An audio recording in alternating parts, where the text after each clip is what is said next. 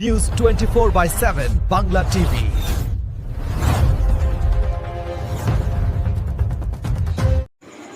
ধর্মে রক্ষিত রক্ষিত হিন্দু একতার জয়। হিন্দু রাষ্ট্র হিসেবে ভারত সভ্যতার পরিচয়ে সমান নাগরিকত্ব ও জাতীয় ঐক্যের দৃষ্টিভঙ্গি। ভারত বিশ্বের প্রাচীনতম সভ্যতাগুলোর অন্যতম। হাজার হাজার বছর ধরে ভারতের সাংস্কৃতিক, দার্শনিক, অত্যাধুনিক সামাজিক ভিত্তি সনাতন আদর্শ উদযাপনে গঠিত। হিন্দু ধর্ম সেটাই হিন্দু ধর্মের প্রতীক। গত 11ই জুলাই হাওড়া শরৎ সদনে এক সমাবেশের আয়োজন করা হয়। এখানে উপস্থিত ছিলেন স্বামী সর্বদানন্দ মহারাজ, ট্রায়াঙ্গুলার পার্ক। এছাড়াও উপস্থিত ছিলেন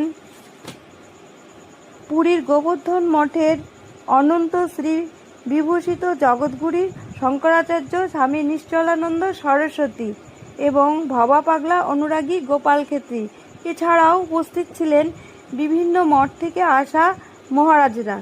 সমগ্র অনুষ্ঠানটির পরিচালনায় ছিলেন অ্যাস্ট্রোলজার দেবাশিস গোস্বামী। তারই বিশেষ কিছু অংশের ছবি তুলে ধরলাম 24x7 বাংলা টিভির পর্দায়। শরৎ সদনে হিন্দু রাষ্ট্র অধিবেশন হলো। অনেক মঠের প্রতিনিধিরা এখানে উপস্থিত ছিলেন। আদি শঙ্করাচার্য, তিনি তারকেশ্বরের মহন্ত, উনিও উপস্থিত ছিলেন। কি বলবেন দাদা? দেখুন, এই অনুষ্ঠানটার সার্থকতা উপস্থিতি, আর সকলের উপস্থিতি মানে যে আমরা হিন্দু রাষ্ট্র ঘোষণা সমর্থনে যে দীর্ঘদিন ধরে গুরুদেব জগৎগুরু শঙ্করাচার্য স্বামী নিশ্চলানন্দ সরস্বতী মহারাজের মার্গদর্শনে এগিয়ে চলেছি, তার প্রতিফলন যে সকলেই এটাকে গ্রহণ করেছে। নাহলে এত মানুষ, এত সংখ্যক মানুষ আমরা যা এক্সপেক্ট করেছিলাম, এখানে হাওড়া শরৎ সদনে হাজারের মতো সিট, সেখানে উপচে পড়েছে প্রায় 1400 লোক হয়েছে। মানে বুঝতে পারছেন যে মানুষ এটাকে খুব সুন্দরভাবে গ্রহণ করেছে এবং আমাদের যে উদ্দেশ্য, সেই উদ্দেশ্য আমরা সফল। আগামী দিনে কি বার্তা দিতে চান এখান থেকে, আজকে যে চলার আগামী দিনে এই বার্তা দিতে চাই যে এই আন্দোলন যতক্ষণ না ভারতবর্ষ হিন্দু রাষ্ট্র ঘোষণা হচ্ছে, ততক্ষণ আমরা বসে থাকার কোনো রকম কোনো প্ল্যানিং নেই। আমরা কাজ করব। আজকে দেখা গেল যে ভ্রাতৃত্বের বন্ধন, আজকে শফিকুল দেখা এনে আপনার ভ্রাতৃত্ব। হ্যাঁ, আমরা কোনোদিনও মুসলিমরা আমাদেরকে দূরে থাকতে পারে, কিন্তু আমরা কখনো মুসলিম সম্প্রদায় বা খ্রিস্টান সম্প্রদায়কে কখনো দূরে রাখিনি, কারণ তাদের সৃষ্টি সনাতন ধর্ম থেকে।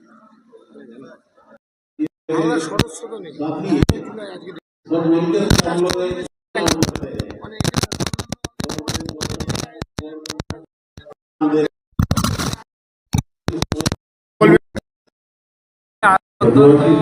সুন্দর আয়োজন হয়েছে। হিন্দু রাষ্ট্র নিয়ে এরকম মন্থন চিন্তা ভাবনা আমাদের বারবারই হচ্ছে, বিভিন্নভাবে হচ্ছে। তো আজকের যে সমস্ত বিদগ্ধ সন্ত মণ্ডলী, পণ্ডিত মণ্ডলী এসেছিলেন, হিন্দু রাষ্ট্র সম্পর্কে যে সমস্ত চিন্তা ভাবনা তুলে ধরেছে, যে কিভাবে আমরা হিন্দু রাষ্ট্র তৈরি হবে, নির্মাণ হবে, তার রূপরেখা কীরকম হবে, কিভাবে আমাদের চলা উচিত, এগুলো নিয়ে একটা সদর্থক চিন্তা আলোচনা খুব সুন্দরভাবে হয়েছে। খুব সুন্দর আলোচনার মধ্যে দিয়ে আজকে তারকেশ্বরের পূজ্য মহন্ত মহারাজ এসেছিলেন, আমাদের দণ্ডী স্বামী এরকম অনেকেই এসেছে, চলছে। মোটামুটি খুব সুন্দরভাবে অনুষ্ঠান সম্পন্ন হয়েছে। বিভাজনের রাজনীতি আগে ছিল, সেটা কি আস্তে আস্তে কমবে? একদমই মিটে যাবে। বিভাজন বলে আর কিছু থাকবেই না। হ্যাঁ, কারণ কি জগৎগুরু শঙ্করাচার্য পুরীপীঠাধীশ্বর যিনি আগে ছিলেন, তিনি ঘোষণা করেছিলেন যে হিন্দব স্বদরা সন্তু, অর্থাৎ আমাদের সমস্ত হিন্দুরা সবাই পরিষ্কার, আমরা সহোদর ভাই, যেমন মায়ের পেটের ভাই, আমরা সবাই মায়ের পেটেরই ভাই। এই ভূমিতে যারা এই ভূমিতে জন্মেছেন, তারা এই ভূমি, তাদের ঋষির রক্ত তাদের মধ্যে প্রবাহিত হয়েছে। তারা অন্য ধর্মে গেছেন ঠিক আছে, কিন্তু তারা আবার বুঝতে পেরে আবার এই নিজেদের সনাতন ধর্মেই ফিরে আসবে। তো সেই জন্যে আমরা সেই বার্তাই দিচ্ছি যে ভারতবর্ষকে মজবুত শক্তিশালী হিন্দু রাষ্ট্র নির্মাণ করতে গেলে আমাদের মধ্যে ভেদাভেদ প্রথাকে বর্জন করা, এবং সেখানে হিন্দুরা কোনোভাবেই কোনো দিক থেকেই পতিত হতে পারে না। তারা যদি অন্য ধর্মে গিয়েও থাকে, আমরা গঙ্গা জল খাইয়েও তাকে আমাদের ধর্মে নিয়ে চলে আসব, কারণ আমাদের গঙ্গা জলের এত বড় মহিমা আছে। আর একটা জিনিস আজকে দেখা গেছে, এখানে একজনকে এখানে নিমন্ত্রণ করেছিল, এবং বিভাজনের রাজনীতি যাতে না হয়, তারা এখন ভ্রাতৃত্ব করলে একসঙ্গে দুজনে জড়িয়ে, সেটা হলো শফিকুল ইসলামকে দেখেছিল দাদা। হ্যাঁ, আপনি দেখেছিলেন? হ্যাঁ, না, শফিকুল ইসলাম দা তো অনেক দিন আগে থেকে এসব কাজের মধ্যে রয়েছেন এবং তিনি ভারতীয়। দেখুন, মুসলমান মানেই খারাপ না, আমরা রাষ্ট্রবাদী শক্তি চাই। তো হতেই পারে তিনি মুসলিম ধর্ম গ্রহণ করেছেন, হোক না।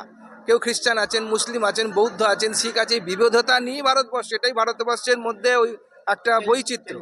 এরা হিন্দু মানে সবাইকে নিয়ে চলার নাম, তার নাম হিন্দু। আমরা সেইটাকেই আমরা মতটা প্রতিষ্ঠা করতে চাইছি। সবার এক সুর হবে, এক গান হবে, এক ভাবনা হবে। ভারত মাতার কল্যাণের জন্য আমরা, বা ভারতের কল্যাণের জন্য আমরা কাজ করব, এটাই হচ্ছে আমাদের কাজ। আরেকটা আপনি প্রতিবেদন দিলেন, সেটা খুব ভালো লাগলো, যে কোনো হিন্দুত্বতে রাষ্ট্রের আমাদের মুখ্যমন্ত্রী গিয়ে সেখানে আর কি ধর্মসভা হ্যাঁ, মানে যিনি ধর্মসভাতে তিনি যাবেন, এটা মুখ্যমন্ত্রী আমাদের, যাকে বলে এটা গৌরবের বিষয়। এবং এটা হওয়া উচিত যে আমাদের সমাজের প্রত্যেকটা একটা সাধু সন্ত না, যার জন্যে ধর্ম আর রাজনীতি দুটো যে আলাদা নয়, ধর্মভিত্তিক রাজনীতি হওয়া উচিত।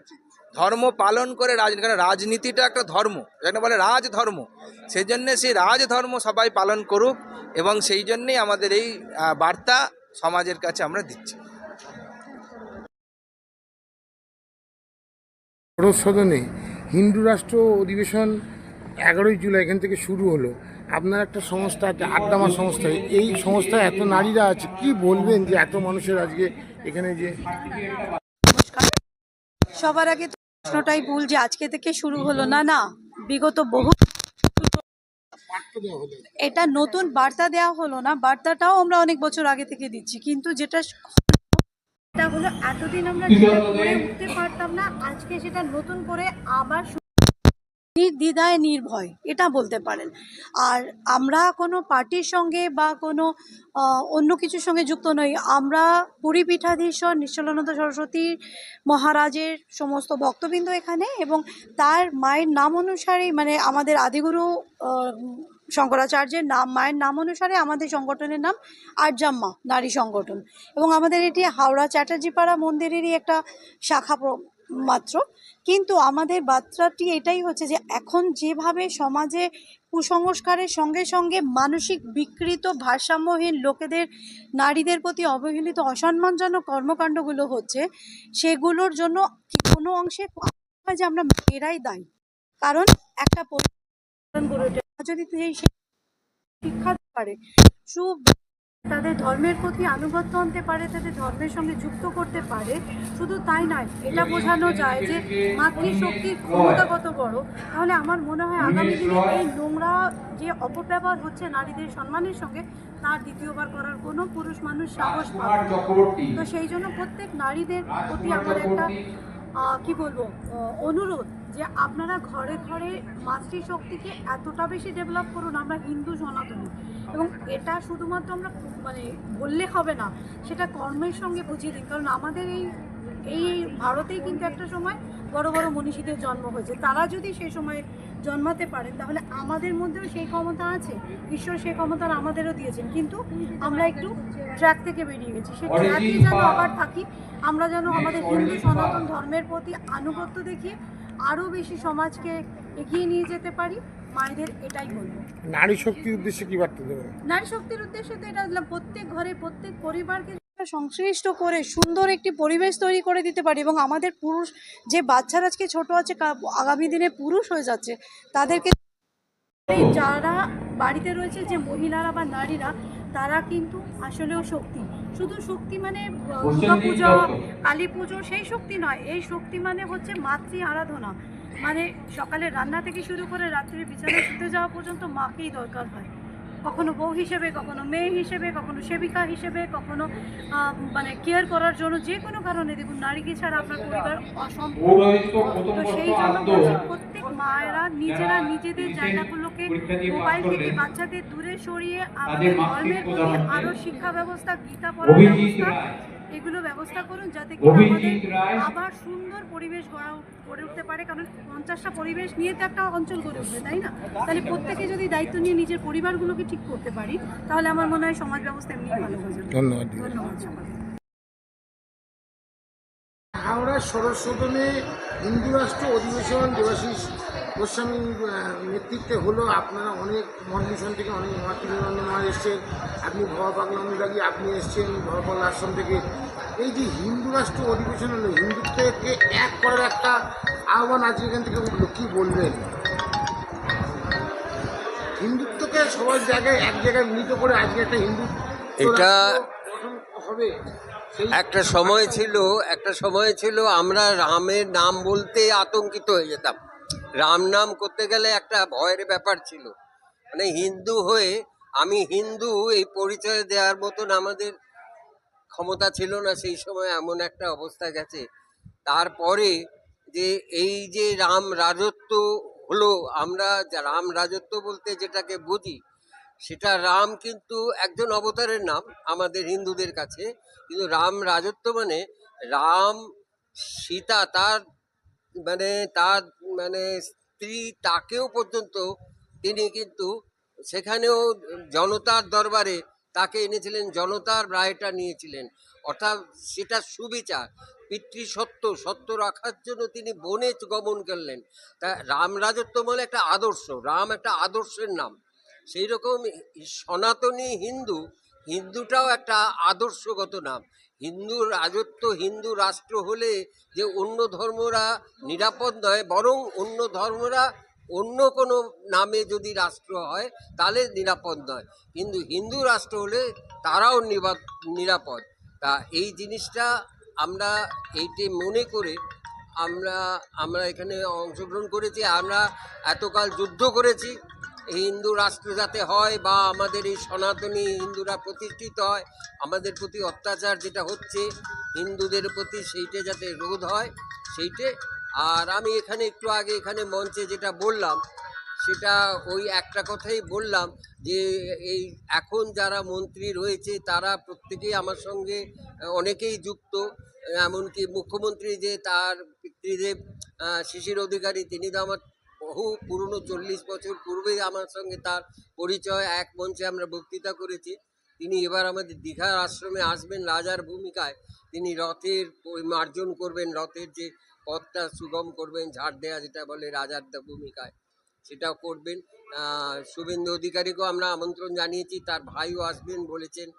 এছাড়া দিলীপ ঘোষ আমার জন্মদিনে তিনি আমাকে অভিনন্দন জানিয়ে যেভাবে বললেন, মনুষ্যত্বকে থেকে দেবত্ব নিয়ে যাবার যে কাজটা আপনি করছেন, করে যান।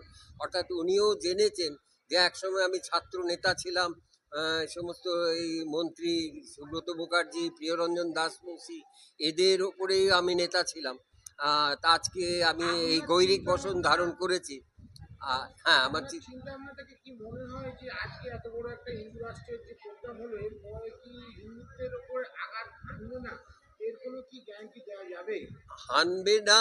আমরা যদি যেভাবে একত্রিত হয়েছি, তা সেইভাবে যদি একত্রিত হতে পারি তাহলে আর পারবে না। এইটি কিন্তু ফুল স্টপ হয়ে গেল। আর অবশ্যই আমরা এগিয়ে যাব, এটা আপনি নিশ্চিন্ত থাকুন। বিভাজনের রাজনীতি এখন আর হয়? বিভাজনের রাজনীতি আমি বলতে চাচ্ছি যে 11 জুলাই হাওড়া শহর সদনে হিন্দু রাষ্ট্র থেকে আজকে এখানে একটা বার্তা দেওয়া হলো হিন্দু রাষ্ট্র। কি বলবেন? আপনাকে দেখেছে এখানেও আপনি অনেক বক্তব্য রাখেন, কি বলবেন? না, আমি প্রথমবার এই ধরনের কোনো প্রোগ্রামে অংশ নিলাম। আমার আইডিয়া ছিল না এগুলোতে কি হয়। আমার খুব ভালো লেগেছে, এটা বলতে পারি প্রথমে। আর হিন্দু রাষ্ট্র তো যেটা একটা ধারণা আর কি দেওয়ার চেষ্টা হয় যে হিন্দু রাষ্ট্র মানে হিন্দুদের জন্যে, মানে হিন্দু ধর্মে বিশ্বাসী যারা ওই একটা পার্টের, সেটা বলানোর চেষ্টা হয়। কিন্তু আমি সেটা মনে করি না, সেজন্যই আমার আরও আসার তাগিদ ছিল। হিন্দু অ্যাকচুয়ালি একটা সংস্কৃতি। আমিও হিন্দু, আমি মুসলিম, কিন্তু আমি হিন্দু সংস্কৃতি। তো এখন হিন্দু রাষ্ট্র মানে হিন্দু সংস্কৃতিকে এগিয়ে নিয়ে যাওয়ার জন্য একটা বার্তা দেওয়ার চেষ্টা। তো সেখানে আমার তো আপত্তি থাকার কথা না, বরং হিন্দু রাষ্ট্র, হিন্দুত্ব যে বিষয়গুলো বলা হয় না, এটা হচ্ছে ভারতের যে ঐতিহ্য, মানে সেটাকে বহন করে ক্যারি করে নিয়ে যাওয়ার একটা চেষ্টা। তো যদি আমি আমার দেশের অতীতকে বহন করে নিয়ে যাওয়ার চেষ্টা করি, সেটাকে নিয়ে যাওয়ার জন্য যদি আমরা ঐক্যবদ্ধ হই, একটা কর্মসূচি গ্রহণ করি বা একটা সিদ্ধান্ত নিই, তো সমস্যা কোথায়? ফলে এটার মধ্যে আমার হিন্দু রাষ্ট্র কিন্তু হিন্দু মুসলিমের মধ্যে নেই। যেটা আমি শুনলাম বসে বসে, সব ধর্মের মানুষকে সমান চোখে দেখা। অ্যাকচুয়ালি যেটা বলার চেষ্টা হয় যে আমি যে ভারতীয় সেটা আমার অন্তরে থাকতে হবে। আমি ভারতীয়, আমি হিন্দুস্তানের মধ্যে আছি, এটা যদি থাকে বিশ্বাসটা, এবার আমি যে ধর্মীয় আমি ওপরওয়ালাকে ডাকার জন্য যে যাভাবে করতে পারি, কিন্তু দেশটা আগে, এই দেশকে আগে ভাবানোর যে ভাবনাটা, এটা আমার খুব ভালো লেগেছে এইসব উদ্যোগের পেছনে। ফলে এই রাষ্ট্র ঘোষণা হোক, এতে আমাদের মুসলিমদের কোনো সমস্যা নেই, কারণ সমস্ত ধর্মের বিশ্বাসী মানুষদেরকে নিয়েই হিন্দু রাষ্ট্র ঘোষণার কথা বলা হচ্ছে। বৃহৎ একটা জায়গা, পাকিস্তান, আফগানিস্তান, বাংলাদেশ সব মিলিয়ে আমি দেখছিলাম যে মেমন্টোটা দেওয়া হয়েছে। ফলে এটাতে এসে আমার খুব ভালো লাগছে। এটা একটা চেতনা, একটা ভাবধারা, মানে জাস্ট আমার দেশের ঐতিহ্যকে মানে এগিয়ে নিয়ে যাওয়ার ক্ষেত্রে মানে এটা খুব ভালো উদ্যোগ, এটা বলতে পারি। এই দাদা আজকে আপনাকে যে জড়িয়ে একটা সম্প্রীতির বার্তা দিল, এটা কতটা আপনার কাছে পাওয়া? না, এটাই তো চাই আমরা। এই সম্প্রীতি বলে মুখে মুখে বলি যে সম্প্রীতির মিছিল করছি, আর সম্প্রীতির মিছিলের তো কোনো দরকার হয় না। যত এগুলো বেশি হয়, পলিটিক্যাল পার্টির লোকেরা যেগুলো বেশি করেন, ওরা অ্যাকচুয়ালি সম্প্রীতির মিছিল করে না, এটার মাধ্যমে বিদ্বেষটা বেশি ছড়ানোর চেষ্টা করে। কিন্তু আমরা যদি প্রকৃত ভারতীয়, আমরা এখানকার এই রাষ্ট্রের মধ্যে আছি, যদি এই ভাবনাতে বিশ্বাসী হয়ে যায় না, এত মিছিল করার কোনো প্রয়োজন হয় না, দাঙ্গারও কোনো প্রয়োজন হয় না, আর ওই সম্প্রীতি মিছিল করার কোনো দরকার হয় না। আসলে আমাদের মধ্যে একটা সাম্প্রদায়িক বিষ কেউ না কেউ ছড়ানোর চেষ্টা করে, সেই জন্য এত বিভাজন হয় এবং সেখান থেকে সম্প্রীতির মিছিল করতে হয়। তো আজকে এখানে এসে জড়িয়ে ধরলাম, আমাকে ধরলেন, আমিও ধরলাম, এটাই তো হওয়া উচিত। দেখুন, হিন্দু রাষ্ট্র অধিবেশন হচ্ছে, সেখানে শফিকুল ইসলাম এসছে, তাকে জড়িয়ে ধরে একসঙ্গে আমরা আছি। তো এটাই তো হিন্দু রাষ্ট্রের মহিমা, যে হিন্দু রাষ্ট্র মানে হিন্দুরা থাকবেন, মানে হিন্দু। আবার বলছি, হিন্দু সংস্কৃতি আর হিন্দু ধর্ম দুটোর মধ্যে তফাৎ আছে। কিন্তু হিন্দু ধর্মটা না, অ্যাকচুয়ালি হিন্দু সংস্কৃতি, ধর্ম না। কেউ দুর্গার মানে উপাসনা করেন, কেউ কালীর করছেন, কেউ এটা, কিন্তু হিন্দু হয়েও ইসলাম ধর্মেরও কেউ বিশ্বাসী হতে পারেন। ফলে হিন্দুটা না মানে সব ধর্মের ঊর্ধ্বে বলে আমার কোথাও মনে হয়েছে। আর হিন্দু ধর্মটাকে আমি যেটা কোথাও মনে করি মানব ধর্ম, মানুষের যা যা করা উচিত না সেগুলি আমি দেখেছি বলার চেষ্টা হয়। ফলে এটা একটা বিরাট পাওনা বলতে পারি। শফিকুলদা, আপনি তো আমরা যা দেখে এসেছি, আপনি সম্মানের সঙ্গে সাংবাদিকতা করে এসেছেন এবং তার সঙ্গে আপনি অনেক কিছু সাফার করেছেন। এখন নতুন সরকার এসছে, কি বলবেন আজকের দিনে দাঁড়িয়ে? না, আমি তো এটাই বলছি যে এখন একটা মুক্ত আকাশ, এখন ভালোভাবে থাকতে পারছি। বাড়িতে পুলিশের হানা নেই, নোটিশ পাঠানোর ঝামেলা নেই, ছেলেমেয়েরাও এখন বাড়ির দরজাটা খুলে থাকতে পারে। আগে দরজা বন্ধ রাখতে হতো, পুলিশ যে কোনো সময় এসে বলবে অমক থানা থেকে এসছি, ছেলেমেয়েরা আটকে উঠতো, আমার অভ্যাস হয়ে গেছিলো। তো সেই জায়গায় এখন নেই। ফ্রেশ নিঃশ্বাস, খুব ভালো। এবং আমরা আরও ভালো কী করে থাকবো, অন্যদেরকে রাখা যায় সেই চেষ্টা করছি আমার তরফ থেকে, যেটুকু করার বলে টোলে খবর করে। আর সবথেকে বড় বিষয়, যে ধ্বংসের দিকে যাচ্ছিলো সেই ধ্বংসটা স্টপ হয়েছে, এবার উপরের দিকে ওঠার একটা রাস্তা। সুতরাং সেটা আমরা প্রত্যেকদিন দেখতে পাচ্ছি, নতুন কর্মসূচি, উন্নয়নমূলক কর্মসূচি ঘোষণা হচ্ছে, প্রজেক্ট ঘোষণা হচ্ছে, এগুলো ভালো লাগছে। আইনের শাসন প্রতিষ্ঠা হচ্ছে, কোথাও অনিয়ম বিনিয়ম হলে সঙ্গে অ্যাকশন হচ্ছে। ফলে যেটা আমরা চাইছিলাম সেটা দেখতে পাচ্ছি। ফলে এ পরিবর্তন বিফলে যাওয়ার পরিবর্তন না, এ পরিবর্তন বৃথা না। এ পরিবর্তন যা দেখছি, 2 মাস বয়স হয়েছে, যেটা আশা করছিলাম তার থেকে আরও বেটার দেখছি। আপনার একটা নিজের চ্যানেল আছে এবং আপনি এখানে বলে গেলেন যে আমি গিয়ে একটা আমার চ্যানেল থেকে একটাই করবো। না, আমি করবো। আসলে যে ভাবনা থেকে এগুলো করা হচ্ছে, এগুলো প্রচার প্রসার ঘটানো জরুরি আছে। তো আরামবাগ টিভির মাধ্যমে যদি আমি আমার ভাবনাটা আমি এগুলো না শেয়ার করি মাঝে মধ্যে, এখানে এই যে প্রোগ্রামটা হলো, এগুলো যদি একটু প্রচারে আনতে পারি, তাহলে আমার যে লক্ষ্যটা এখানকার যে বলা হচ্ছে দেশ আগে, দেশ ভক্তি, দেশ ভাবনাটাকে যদি আমরা বহন করতে পারি, তাহলে আমাদের ঐক্য সংহতি যে বিষয়টা সেটা থাকবে। অহেতুক বিভাজন, বিভ্রান্তি, বিদ্বেষ এগুলো থাকবে না।